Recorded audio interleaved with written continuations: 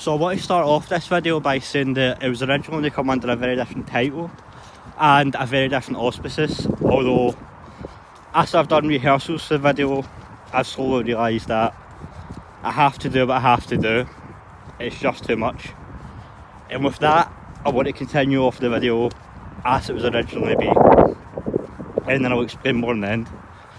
So, as I was going to say, as I've opened up more about myself and as I've been more honest, I've increasingly realised how important it is to be critical of myself in terms of the ways in which I'm immoral and the ways in which I'm a hypocrite. Not only to tackle the issue itself, but rather to get into a habit of not making excuses, not having the luxury to make excuses, to at the very least be able to say, these are the ways in which I'm a bad person, these are the ways in which I am immoral, these are the ways in which I'm a hypocrite, but at the very least, I'm honest. And most importantly of all, I'm honest about this to myself. I don't try to make excuses or not think about it or anything else. I'm aware that I'm a bad person in these ways, and I'm aware that I'm a hypocrite in these ways. But I'm honest about that, and I can at least take some dignity in that. And by being honest about the fact, going forward into the future, I can think about the ways in which I made this mistake, that I could make similar mistakes and try to avoid them. That was how I was going to start off the video. But just talking about this more and more to myself, rehearsing it, I realised that again, honesty is good. Honesty is a first step. Being honest about these things, even if you are admitting that you're a bad person in this way or you're a hypocrite in this way, is a massive, massive step. But while it's a massive step, it is only the first one. And with that, I'm going to continue. Now, there are many there are many grey moral areas in veganism. Things like pet ownership, going to zoos, and one of the big ones, which is the one I want to address here, owning things, particularly clothing like boots or trousers or a coat, or in my case a hat, which you have previously bought before you were vegan, or that you bought while you were vegan but you didn't realise and you now don't have the receipt, or things that someone has gave you or that you've found or that you've inherited. In terms of things that you own, using things that are non-vegan which were acquired either again unknowingly, ignorantly, or in a way that you could say is somewhat vegan by a utilitarian argument.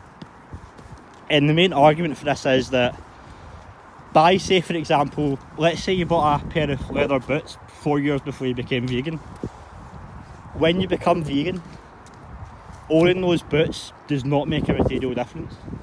Owning those boots does not mean any more or less cows are going to get killed. It makes absolutely no difference on an objective, utilitarian basis whether or not you own the boots. Therefore, it is not an issue in veganism.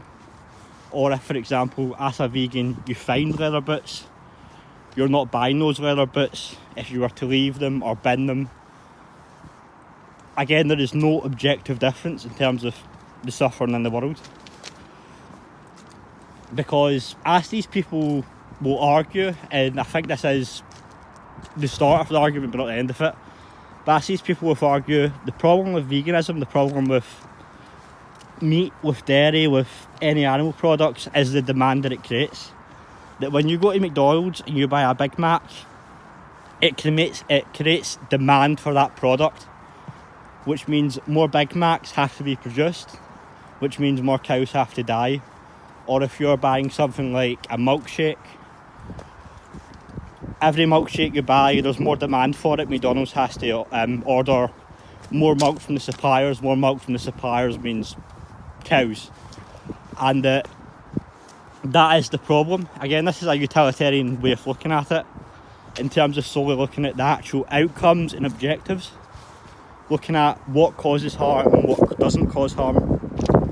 And again, this is the argument these people use, and it's the excuse that they used, and it's an excuse that I used for a while until I became honest about it, and then until today when I said to the rest about it, that owning leather boots is perfectly fine because it doesn't do anything. There's no objective outcome. Buying leather boots is immoral. Buying leather boots is not vegan, but simply owning leather boots or finding them on the street is. Now, you may be wondering what makes it immoral to own leather boots. Why is it bad if, as I've just explained, you simply owning a pair of leather boots that you say found on the street doesn't cause any harm, it doesn't cause any cows to die, it doesn't cause any ecological damage, and you could argue that getting rid of those leather boots would be a waste, which means you would have to buy vegan leather boots, which would cause ecological damage. Now, for this next part of the video, I want to make it very, very, very clear that I'm not comparing the death of animals or the animal agriculture industry to the Holocaust. I think that the Holocaust is far, far worse than the animal agriculture industry for several reasons. One of the main reasons being, of course, that human beings are far more sentient than cows, but again, I want to make it very clear that I'm not comparing the Holocaust to animal agriculture. I'm simply comparing the two arguments, not comparing the events, not comparing the people to animals in any way whatsoever, simply the arguments. But with that being said, let's say I had a friend called, just random example, a friend called Matt, and he owned a coat that he had inherited from his great-grandfather. And he loved this coat, he treasured it, it was a family heirloom, and he wore it often. Now, what if I was to say to Matt that that coat was in fact made in Auschwitz by Jewish slaves, and that within that coat, one of the main things that made it up was the hair of Jewish people, that after their heads got shaved, before the hair, it was put into this coat and products like it, and was then made by Jewish slaves to be sold by the Nazis to fund the Holocaust. Again, I'm not comparing the two events, I'm comparing the arguments. So the coat that this person is wearing is made from the hair of dead Jews and was created by Jews in Auschwitz to fund that operation. Now, this person could make the argument that that was 80 years ago, it was over 80 years ago, it was something inherited from his great-grandfather, it was an heirloom, and that, much like the leather boots, by simply owning this coat, by using it, by wearing it, no Jews are harmed, no Jews are killed, the Nazis aren't funded because the Nazis are no longer around. That from a utilitarian, objective standpoint, from what is actually going on in the world, owning this coat is not immoral and it causes no problem. Now, I would like to think that everyone watching this video could see why this is clearly absurd, crass and disgusting. But the question is, why is it immoral? Because again, I'm not disputing this point. As this person said, owning the coat, it does not change anything in the fundamentals of reality. It does not change the objective stance of the point. So why is it wrong? It is wrong because it's undignified. It is wrong because it's disrespectful. It is wrong because, as I said, it is disgusting. Because by wearing this coat, this person is not respecting the dignity of the people that died making it, by the people that died to make it, but they're not taking into consideration who made it or what it went to fund.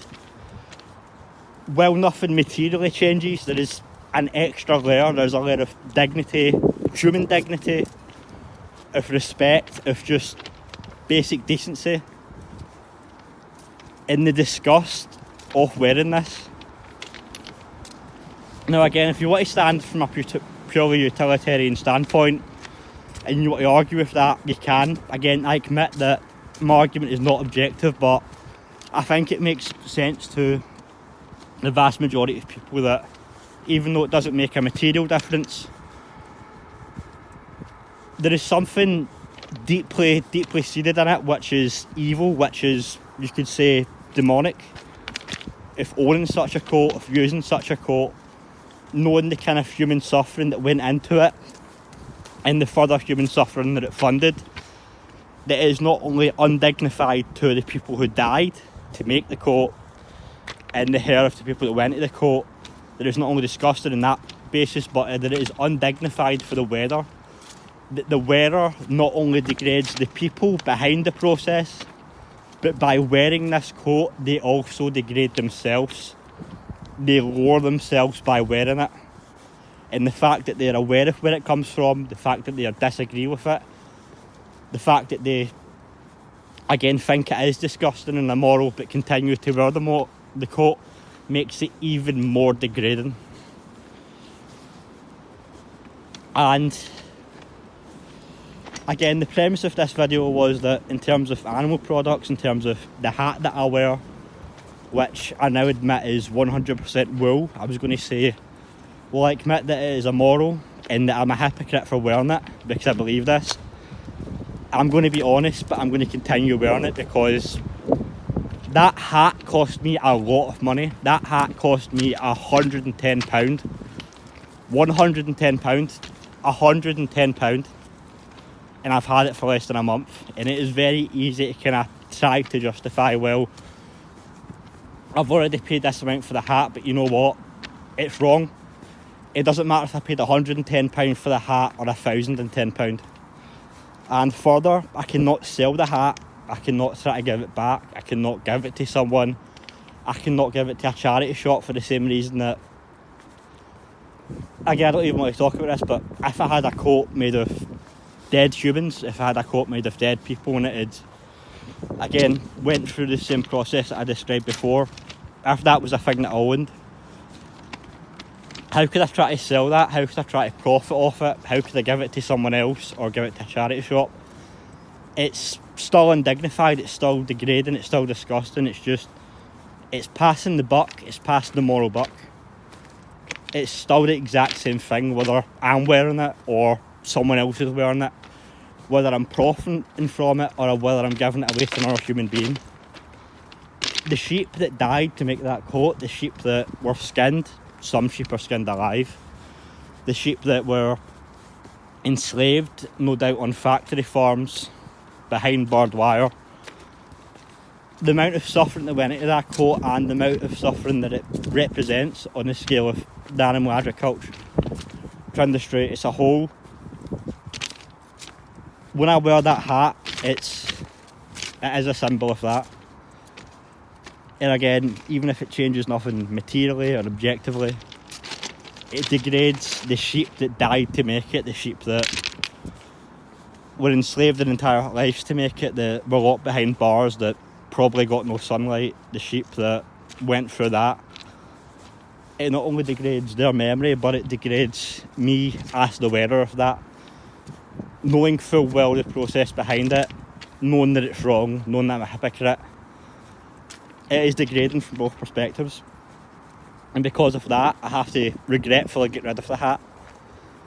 I'm going to destroy the hat. I don't know how I'm going to destroy it, but I'm going to have to get rid of it. And again, I can't give it to someone else. And again, it's hard, not because just realising this and coming to terms with it and realising that I have to do it and I'm going to do the right thing, but also, again, from a more shallow perspective, it cost me £110. That is a lot of money. It's a big mistake to own up to take a hat that I was expecting to have for years, possibly even up to a decade, to take something like that and poof, to bin it, to get rid of it. Vamoose. Gone is the hat, gone is the £110 I spent for it. But every single time that I wear it, after I saw that 100% wool sign, I think of it when I see the hat, I think it when I put the hat on, when I take it off, and occasionally when I wear it. And the question is, how could I possibly wear that hat in day-to-day life just going about my business, being aware of that. What kind of person does it make me to wear the hat, knowing that? Again, given the arguments that I've just posited and the beliefs that I've just described. So with that, I'm rambling a bit, so I'm just going to end off the video, but again, I want this to be a lesson to myself to be very, very highly scrutinous of everything I buy, not just in terms of being vegan, but to be scrutinous of myself as a person, of the things that I'm doing, so that I don't make a mistake like this again, so that I don't, again, so that I can become a better person, essentially. But again, with that, I'm just going to finish by saying that,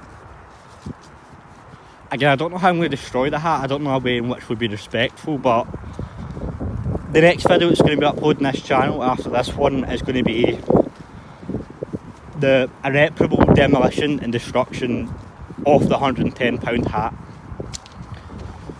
I'm going to have to unfortunately lie to my mum by saying that I lost it in the Clyde. There was a big puff of wind, because she wouldn't understand this argument. She'd think it was ridiculous, and I don't know, maybe it is. Maybe I'm being ridiculous, but again, I can't go on wearing the hat knowing that. And as much as a part of me wants to give it away or sell it, again, it would just be disrespectful and degrading, both for the sheep, for myself, and to whoever I was giving it to.